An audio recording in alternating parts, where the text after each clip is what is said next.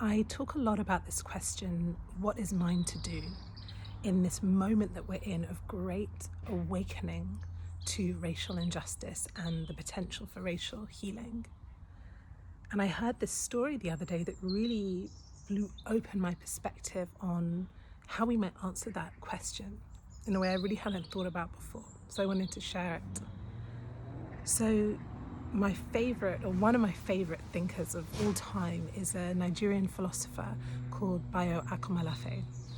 And he tells this story about when he was lecturing at a college in England, and he's telling his students about how he always gets stopped and searched at airports. He's a black man. And after his lecture, one of his white students comes up to him and is super apologetic, and he says, "I'm so sorry for all of the ways that you've been oppressed, and I'm so sorry for my white privilege and the role I play in your oppression. And I'm so sorry that because I'm a white, straight, cisgendered, able-bodied man, I have a seat at the table and you're left out, and I'm so sorry." And Bayo Akomolafe says to him, really compassionately, "I reject your apology." And then the student doubles down on his apology. He's like, "Oh my gosh, I'm so sorry, I've offended you. I'm sorry. And Bayo says to him, "No, I reject your apology because in accepting your apology, I would be bowing to the story that there is only one way to have power in this world." And he goes on to say to the student, you may not get stopped and searched at airports, but can you talk to plants? Do you hear the wisdom of your ancestors in your dreams? Do you feel the power of your spirit animals? And he's really speaking there to the power that he derives from the indigenous wisdoms in his culture. And that story really rocked me in quite a profound way, because it made me realize, I guess, that in this moment, a lot of what we're talking about when we talk about a move towards racial equality is representation. So we talk about pass the mic, or listen to black voices, or let's get more black people into positions of power in organizations and government and the media. And it's like, yeah, that's all good, that makes sense. But it's also kind of limited, because it's like we're living on this mountain, and we see on this mountain that at the moment it looks kind of racially unequal. Like there's white people at the top of the mountain, and then kind of different races spread throughout, and then arguably black people at the bottom of the mountain. And what we're saying is we need to move people around in this mountain. We need more people of color at the top of the mountain and more white people in the middle of the mountain. And the mountain needs to be kind of equal throughout. And so that's kind of seen as our path to equality. But what Bayo Akomolafe, I think, is saying in that story is like, I don't want to be at the top of your mountain. He actually said to the guy, I may not have a seat at your table, but there are 10 other tables in this room and 10 other rooms in this house. And he's saying, I reject your mountain. I don't want to climb to the top of your mountain.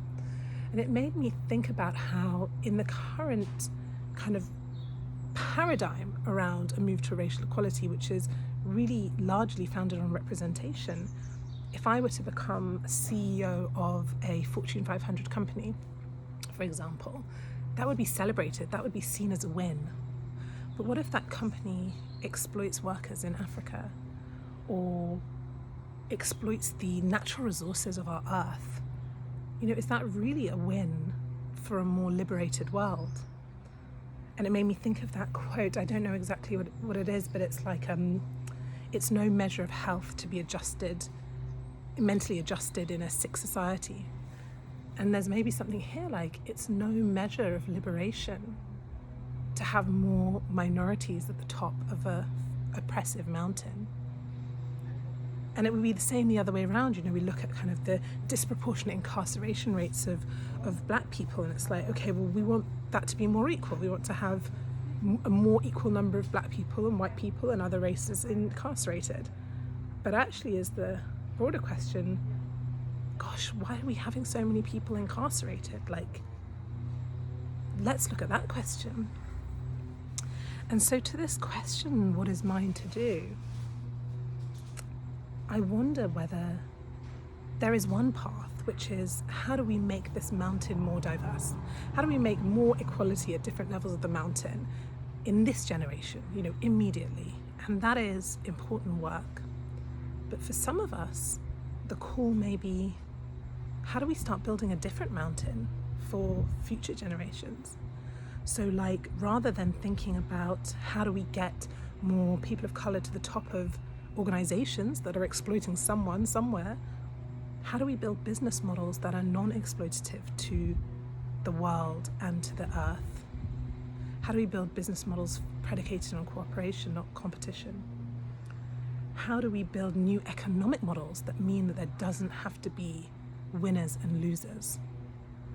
How do we understand power that can be derived from the natural world and our connection to it, and food autonomy that gives us direct power back over how we live, how we eat? There's all of these questions that kind of say, okay, let's make this mountain a bit more equal, but really, we don't want to be on this mountain. We want to build a new one. Or maybe it's not a mountain, actually, it's a meadow because it's flat. And so I think that there is a broadening and a deepening to the opportunities, the possibilities of answer to this question, what is mine to do? Because lots of things that may not seem like explicitly addressing racial equity actually address it at a deeper level. They look at how all oppressions are connected. They look at how power over is a source of so many problems. And they look at how we can start to explore new ways of living that are founded on power with. It's almost like there's a tree, and the leaves and the branches are all of the different ways that we see racism or other isms manifest in the world. And actually a better analogy, it's like here's a tree and this is racism, and there's a tree and there's sexism, and there's a tree and there's homophobia. But then underneath, all the roots are somehow connected to a deeper thread of oppression and power. So I think that there is an invitation for some of us to be looking at what is mine to do from a different way in, to be starting to build this new mountain that liberates us all. Yeah, just some thoughts. Thank you.